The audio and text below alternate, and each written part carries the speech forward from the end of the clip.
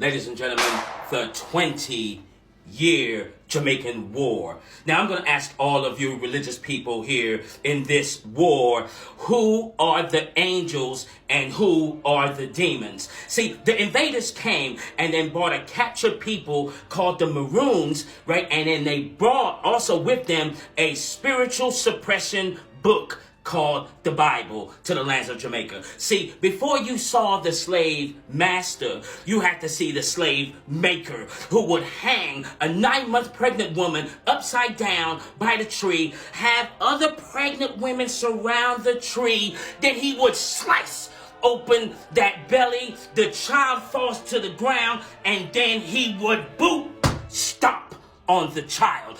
That would invoke so much fear to all the pregnant women that when the child is born, the child would already know who master is.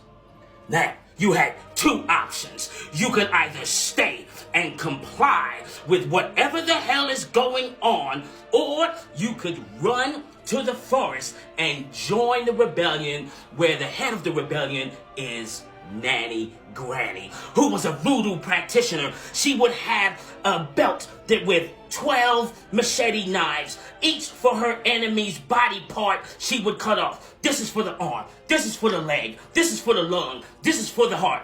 And she would use her magic to call upon the ancestors and ask the ancestors to have the spiritual warriors come down and encompass her soldiers.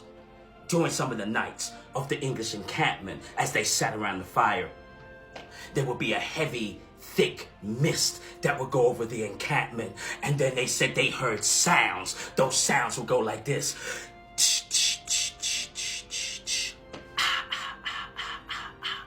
And then out of the mist, there was Nanny Granny's soldier, who was face painted. That skeleton face would come out of the mist and stab one of the soldiers and then jump back into the mist.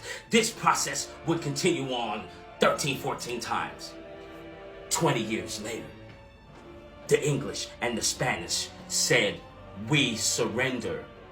Now, surrendering meaning that like they're going to leave and leave these people be? No, they said, let's make a deal. You take this land and then we'll take this land. And now when we look at Jamaica today, there is a government system that was installed called Parliament, and the spiritual suppression system in Christianity and Catholicism was installed. So I'm going to ask all of you religious people this: who are the angels and who are the demons in this war?